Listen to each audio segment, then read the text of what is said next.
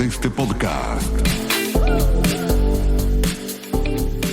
Hola, un gusto saludarlos, a ustedes y a toda la televidencia desde ya, por supuesto. Muchas gracias por la nota. Un placer. Doctor, ¿cuál es la importancia de la figura del sargento Cabral en la historia argentina? Bueno, el sargento Cabral quedó inmortalizado en la historia argentina a partir de el parte del combate de San Lorenzo que da José Francisco de San Martín al culminar el mismo y elevar el informe, lo que se llama el parte de batalla, a el superior gobierno de las Provincias Unidas del Río de la Plata. En ese momento era la Asamblea, conocida como la Asamblea del año 13, donde da las referencias de lo que fue el combate y destaca justamente las palabras que emitiera el soldado Juan Bautista Cabral, natural de Saladas, Corrientes, que perdió su vida tras el combate y estando en el hospital, lo que se formó como hospital de campaña en el refectorio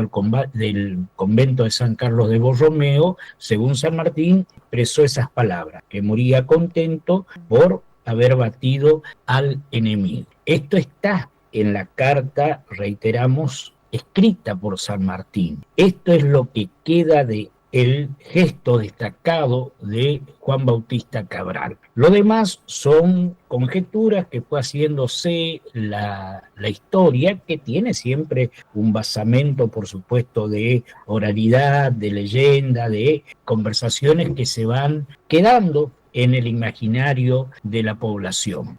Tenemos el registro de Juan Bautista Cabral cuando es remitido conjuntamente con 80 y tanto de soldados remitidos, reitero, por el gobernador de la provincia de Corrientes en ese momento, que era Toribio de Luzuriaga, que a pedido del superior gobierno, le había pedido San Martín al gobierno que se le remitieron soldados desde diversas regiones del país, desde La Rioja, San Juan, Las Misiones, Corrientes, desde ya, y bueno, de todos los lugares fueron. Los más destacados en ese combate fueron justamente Juan Bautista Cabral, el soldado Baigorria y el capitán que lleva también un pueblo cercano a Rosario, el nombre del mismo, que fueron tres entre los 14 que perdieron la vida, los de valerosa actuación destacada. El caso de Cabral, dicen que él puso su cuerpo entre el caballo que cayó preso de la metralla realista y aprisionó una de las piernas de José Francisco de San Martín. Entonces, para poder permitir que San Martín se liberase del peso del caballo muerto, Cabral interpuso su cuerpo entre él y la bayoneta del realista que venía para ultimarlo al jefe San Martín. En ese instante, Baigorria, el soldado Baigorria, le da muerte a su vez a este realista que venía por la vida del jefe patriota. Bueno, 2 bayonetazos sufrió Juan Bautista Cabral y producto de estas heridas fallece horas después en el hospital de campaña que se había montado en el convento de San Lorenzo, que era llamado el convento de San Carlos de Borromeo. ¿A qué edad fallece Cabral, Luis? Tengo entendido que es joven, pero ¿cuán joven? No hay registros de la edad de Juan Bautista Cabral, son conjeturas, lo mismo que respecto a su fecha de nacimiento pudo haber sido por el nombre de Juan Bautista el 24 de junio, pero la edad pudo haber oscilado entre 18 y 40 años de acuerdo a las últimas investigaciones. ¿Por qué razón no hay certeza acerca de su nacimiento? Porque se han perdido las actas de lo que se llamaba fe de bautismo que llevaba la iglesia en ese momento y no se han encontrado las actas de la zona donde él nació, que él nació en una zona denominada de muchas islas, cerquita ahí de lo que hoy es la ciudad de Saladas, desde ya provincia de Corrientes, a 110 kilómetros de la capital de Corrientes.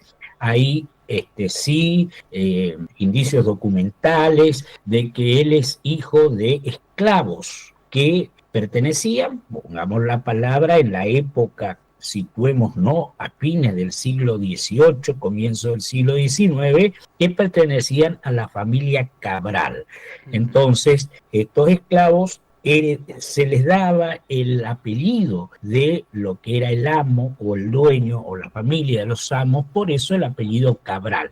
Y el nombre Juan Bautista porque de acuerdo a el nombre, la nomenclatura católica, el 24 de junio es el día de Juan Bautista, por eso se supone, otros dicen que pudo haber sido un 16 de junio, un 26 de agosto, pero bueno, lo más indiciario sería que fuera el 24 de junio. ¿Y por qué entre 18 y 40 años? Porque era la edad que oscilaba entre los reclutas que se mandaron para el regimiento de granaderos. San Martín pidió un perfil determinado de hombres para formar este regimiento de élite, que era un regimiento ligero de a caballo, que lleva el nombre de granaderos porque supuestamente tiraban granadas, pero no era esta la situación. Ellos usaban sable, usaban carabinas, por supuesto, rifles, pero no tiraban granadas, pero este era el regimiento élite formado en base más o menos a lo que había triunfado en Europa con Napoleón Bonaparte. Doctor, le consulto, ¿el rango de sargento Cabral ya lo tenía al momento de la batalla o se le otorgaron post-mortem? No se le otorgó post-mortem, no hay registro tampoco, sino que esto también quedó en el imaginario. Él era soldado, recluta, soldado, y siempre se le da supuestamente al fallecer, de acuerdo a la nueva, digamos, los reglamentos militares, un rango superior al que muere en batalla, ¿cierto? Pero bueno, sargento, por ejemplo, en ese entonces eran distintas los grados militares. Sargento mayor, por ejemplo, del regimiento de granaderos a caballo, era Carlos de Alvear, cuyo monumento está acá a la bajada del puente General Belgrano. Él era el sargento mayor del regimiento de granaderos de a caballo.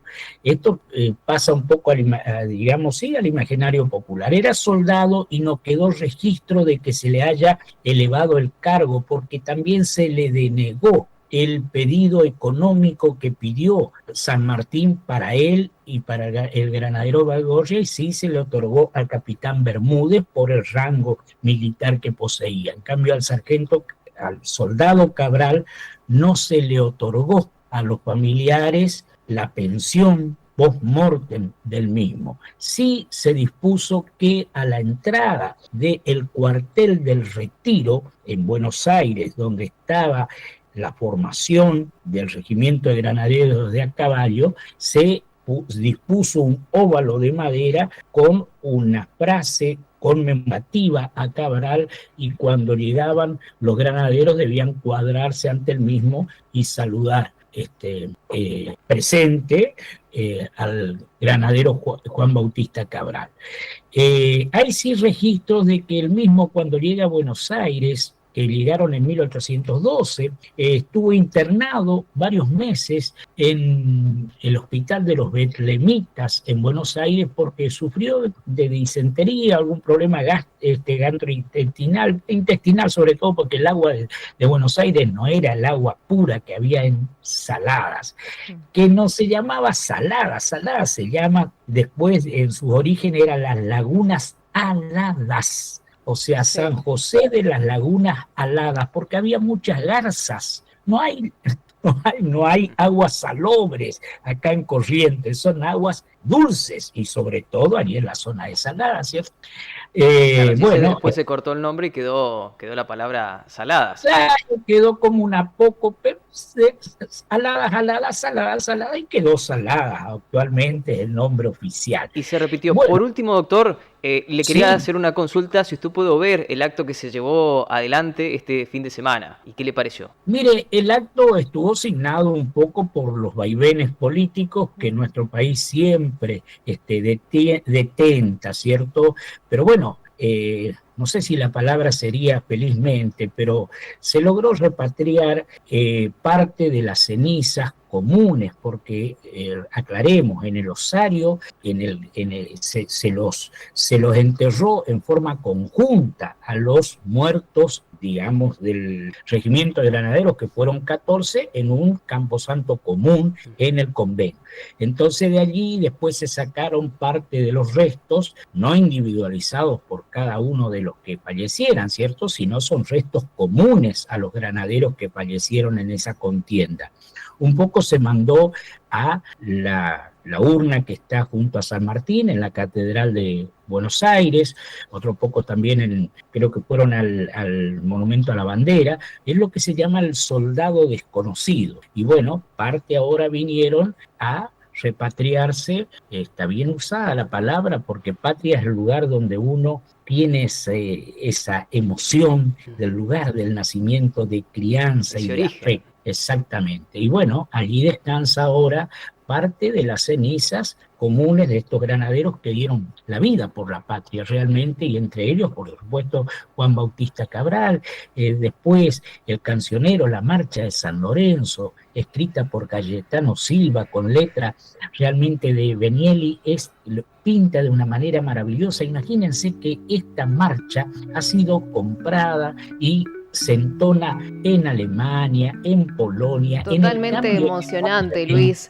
Cada vez que lo escuchamos en los colegios también, ¿no? Cada vez que presenciamos un acto, se nos eriza la piel, y es algo, ¿no?, que tiene que estar presente siempre, no solamente hoy ni durante este fin de semana, sino siempre, porque es parte de la historia, y que estamos agradecidos que usted nos haya hecho parte, aprender también, ¿eh? Así que muy amable por su tiempo, Luis. Muchísimas gracias. A ustedes, muchas gracias, muchas gracias. Nordeste Podcast.